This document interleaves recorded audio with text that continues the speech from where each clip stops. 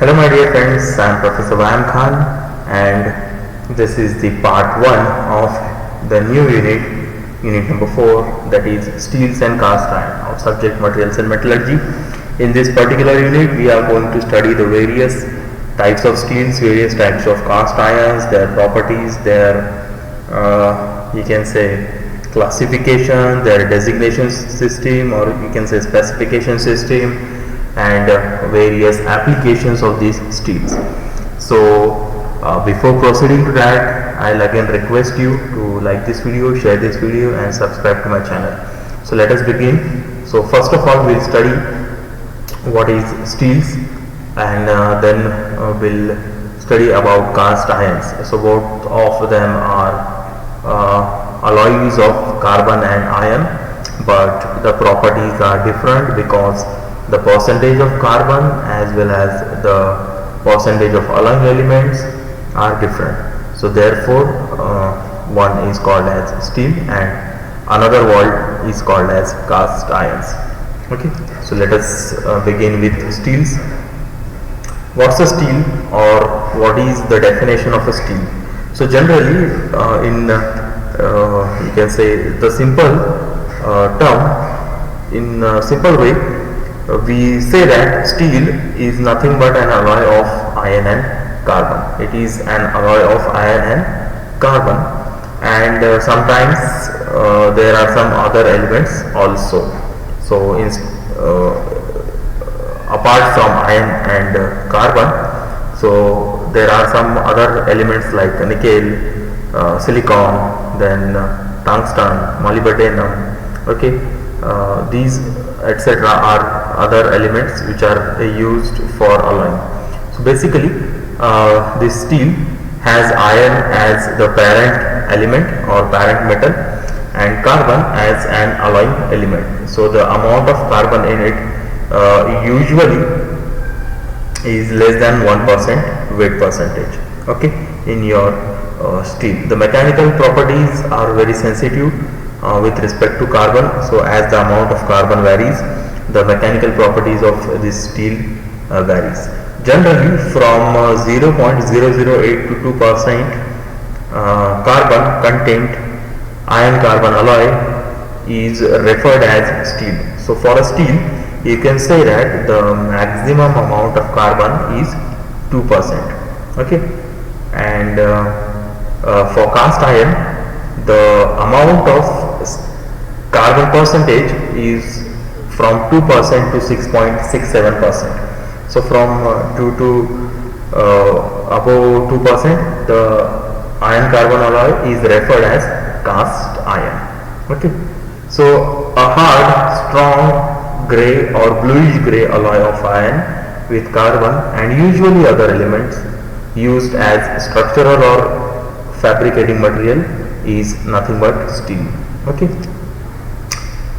let us discuss the various ways of classifying steels. So what are the different types of steels, or what are the various ways of classifying steel? अलग अलग तरीके से कैसे हम classification करते हैं steel का, ये हम देखेंगे.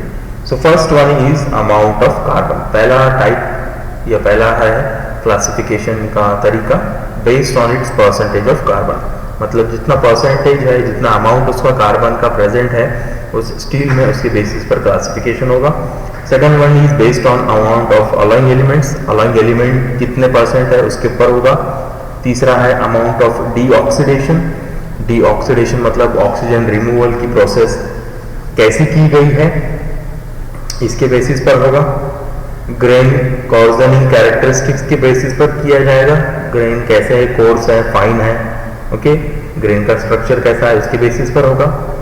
देन मेथड ऑफ मैन्युफैक्चरिंग है उसके बेसिस पर होगा. डेप्थ ऑफ हार्डनिंग है, कितनी हार्डनिंग की गई है उसके बेसिस पर होगा. और लास्ट है फॉर्म एंड यूजेस, मतलब किस तरीके का उसका फॉर्म है या किस तरीके के उसके एप्लीकेशन है, उसके बेसिस पर क्लासिफिकेशन होगा. So we'll begin with amount of carbon. So first type of classification of steel is based on carbon content. When I am saying carbon content, it means it is plain carbon steel. जब भी हम classification carbon content के basis पर कर रहे हैं, so generally ये क्या है, plain carbon steel है. अब मैं आपको थोड़ा सा just लिटिल बिट बताता हूँ what is plain carbon steel और what is alloy steel. Okay, so steel itself is an alloy. Steel खुद ही एक क्या है, अलॉय है, मिक्सचर है, किसका, आयन और कार्बन का। फिर अलॉय स्टील क्या चीज है, सो अलॉय स्टील क्या रहता है और प्लेन कार्बन स्टील क्या रहता है। इन जनरली प्लेन कार्बन स्टील में जो है सिर्फ हम आयन और कार्बन जो है वो मेन कंटेंट रहता है, आयन और कार्बन। इसमें बाकी के जो अलॉइंग एलिमेंट्स है वो बहुत ही कम रहते हैं या बिल्कुल निग्लिजिबल रहते हैं, इसलिए इन स्टील्स को बोला जाता है प्लेन कार्बन स्टील। ओके, वही अलॉइंग एलिमेंट्स मतलब other than carbon, other than carbon, जैसे मैंने बताया निकेल, टंगस्टन, मोलिब्डेनियम, वैनेडियम। ओके, ये जो सभी एलिमेंट्स हैं, इन सभी एलिमेंट्स को हम अलॉइंग एलिमेंट्स बोलेंगे अदर देन कार्बन। सो ऐसे other than carbon alloying elements अगर एक स्पेसिफिक अमाउंट से ज्यादा रहते हैं तो उसे अलॉय स्टील बुलाया जाता है। Okay, so plane carbon steel क्या है, आयन और कार्बन का मिक्सचर है। इसमें alloying elements other than carbon बहुत ही नेग्लिजिबल रहते हैं या नहीं रहते बिल्कुल। और अलॉय स्टील क्या है, इसके अंदर अलॉइंग एलिमेंट्स है अदर देन कार्बन, जैसे कि हमारा निकेल, मोलिब्डेनम, वैनेडियम, टंगस्टन, उसके अलावा क्रोमियम, इसके अलावा हमारा कैन से और बाकी के जो भी है सिलिकॉन वगैरह वगैरह, ये सब बोरॉन है, सिलिकॉन है। ओके, ये सभी जो है तो हमारे अलॉइंग एलिमेंट्स बोल के प्रेजेंट इसके अंदर रहते हैं। मैग्नीशियम है। ओके, सो लाइक दिस ये है हमारा प्लेन कार्बन स्टील और अलॉय स्टील, इसके बीच का डिफरेंस। सो जब भी हम on the basis of carbon content classification कर रहे हैं तब ध्यान में रखना it is classification of PCS मतलब प्लेन कार्बन स्टील। इसमें 3 वे है क्लासिफिकेशन के, पहला है लो कार्बन स्टील, दूसरा है मीडियम कार्बन स्टील और तीसरा है high carbon steel. Low carbon steel मतलब आप समझ ही गए होंगे, लो कार्बन मतलब कार्बन का कंटेंट कैसा है, इसमें बहुत कम है। दूसरा मीडियम है, इसमें मीडियम कंटेंट रहेगा कार्बन का। और तीसरा हाई कार्बन स्टील है जिसके अंदर कार्बन का कंटेंट ज्यादा रहेगा। मैंने जैसे थोड़ी देर पहले बताया कि steels are basically classified on the basis of carbon percentage, carbon का परसेंटेज। If it that percentage is from 0.08 up to 2% अगर है तो उसको स्टील बोलेंगे, और 2% से ज़्यादा है तो उसको क्या बोलेंगे, कास्ट आयरन। सो ये प्लेन कार्बन स्टील जो है, इसमें लो कार्बन स्टील जो पहला टाइप है, इसमें कार्बन का कंटेंट जो रहता है वो बहुत कम रहता है। Okay, so it varies from 0.08 to 0.30% carbon, और यू कैन से 0.3% तक क्या रहता है इसमें कार्बन कंटेंट रहता है। If the carbon content is more than 0.3% up to 0.6%, then it is called as medium carbon steels. और यही कार्बन कंटेंट अगर 0.6 से लेकर 2% तक रहता है तो इसे बोला जाता है high carbon steel. Okay, again these are all plain carbon steels। ये सभी क्या है, प्लेन कार्बन स्टील है। ठीक है, ये सभी कैसे हैं, प्लेन कार्बन स्टील है। नो अलॉइंग एलिमेंट, कोई भी अलॉइंग एलिमेंट इसमें नहीं है। ओके, सो ये पहला टाइप है क्लासिफिकेशन का। सेकंड टाइप है on the basis of alloying elements. अब अलॉइंग एलिमेंट आ गया है, मतलब हमारा निकेल आ गया है, कोबाल्ट आ गया है, वैनेडियम है, ओके, टंगस्टन है, ओके, देन मैग्नीज है, मैग्नीशियम है, ओके, सल्फर है, क्रोमियम है। ये सभी मेरे क्या है, अलॉइंग एलिमेंट्स है। ओके, ये सभी अलॉइंग एलिमेंट्स है। ये अलॉइंग एलिमेंट्स कुल मिलाकर मतलब टोटल इनका अगर किया जाए, so if this total is less than 10% of its weight, total weight के अगर ये 10% से कम रहता है, ओके, मतलब अगर 100 ग्राम मेरा वेट है, 100 ग्राम पूरे अलॉय का, अगर पूरे स्टील का अगर वेट है 100 ग्राम और इसमें 10% से भी मतलब 10 ग्राम से अगर अलॉइंग एलिमेंट्स कम है, टोटल मिलाकर 10 ग्राम से अगर कम है तो ऐसे अलॉय स्टील को बोला जाएगा लो अलॉय स्टील। ओके, और वही अगर ये 10% से ज़्यादा है टोटल वेट के, अगर इनका अलॉइंग एलिमेंट्स का वेट अगर 10% से ज़्यादा है तो इन्हें बोला जाएगा हाई अलॉय स्टील। ओके, सो लो अलॉय स्टील एक है टाइप, और दूसरा क्या टाइप है मेरा, हाई अलॉय स्टील। इसमें मीडियम वाली जगह नहीं है। Okay, low alloy steel and high alloy steel. Okay, जिसमें भी टोटल कुल मिलाकर अगर अलॉइंग एलिमेंट्स 10% से कम रहते हैं तो उसे लो, और कुल मिलाकर 10% से ज्यादा रहते हैं तो उसे हाई अलॉय स्टील बोला जाएगा। Next one is on the basis of deoxidation. What is deoxidation? Deoxidation क्या रहता है, रिमूवल ऑफ ऑक्सीजन, इसे बोलते हैं हम डीऑक्सीडेशन। ओके, अब रिमूवल ऑफ ऑक्सीजन क्यों करना है? देखिए, स्टील जो है हमारा steel, it is an alloy of iron and carbon. Okay, since there is iron, अगर ये आयरन हमारे एटमॉस्फेरिक ऑक्सीजन के साथ में या उसमें प्रेजेंट वाले ऑक्सीजन के साथ में अगर कंबाइन होता है तो ये क्या फॉर्म करता है, आयरन ऑक्साइड। आयरन ऑक्साइड मतलब क्या फॉर्म होती है, रस्ट, जिसको हम कोरोजन बोलते हैं, राइट। सो ये कोरोजन नहीं होना चाहिए या उसका ऑक्सीडेशन नहीं होना चाहिए, रस्ट फॉर्मेशन नहीं होना चाहिए, इसलिए हम क्या करते हैं, डी ऑक्सीडेशन की प्रोसेस करते हैं। इस डी ऑक्सीडेशन की प्रोसेस के बेसिस पर 3 टाइप के हमारे पास में स्टील्स बनते हैं। एक रहता है रिम्ड स्टील्स। रिम्ड मतलब क्या, रिम नाम का उसके ऊपर एक थिन स्किन फॉर्म होता है आयरन ऑक्साइड का, जो बाहरी ऑक्सीजन को क्या करता है, प्रिवेंट करता है from oxidation of the remaining part. Okay, so इसको बोलते हैं rimmed steels. It is a kind of deoxidation process जिसके अंदर जो ऑक्सीजन है वो क्या किया जाएगा, रिमूव किया जाएगा। Certain amount of oxygen is removed from the steel. Okay, and this type of deoxidizing process जिस स्टील पे की जाएगी उस स्टील को बोलेंगे हम rimmed steels. Okay, rimmed steels. Again कुछ अमाउंट में अगर रिमूव करते हैं तो उसे हम क्या बोल रहे हैं, रिम्ड बोल रहे हैं, कुछ अमाउंट में। जैसे कि स्किन पे का है, बाहर के सरफेस पे का अगर हम क्या कर रहे हैं, अगर सिर्फ ऑक्सीजन रिमूव कर रहे हैं तो उसे हम रिम्ड स्टील बोलेंगे। रिम यहाँ पर थिन स्किन को बोला गया है। ओके, तो thin skin of oxygen is removed from the steel, so this is rimmed. In case of killed steels, all oxygen, जितना भी ऑक्सीजन है वो पूरा की पूरा क्या किया जाएगा, स्टील में से निकाल दिया जाएगा। कोई भी तरीके का गैस अगर इसके अंदर रहता है तो स्टील हमारा खराब होगा। इसके लिए हम क्या करते हैं, जितने भी टाइप का ऑक्सीजन उसके अंदर प्रेजेंट है वो सभी गैसेस में से क्या करते हैं, हम उसको रिमूव करते हैं। अब ये रिम्ड किल्ड जो प्रोसेस कर रहे हैं ना, ये सभी प्रोसेस हम कास्टिंग के दौरान ही करते हैं।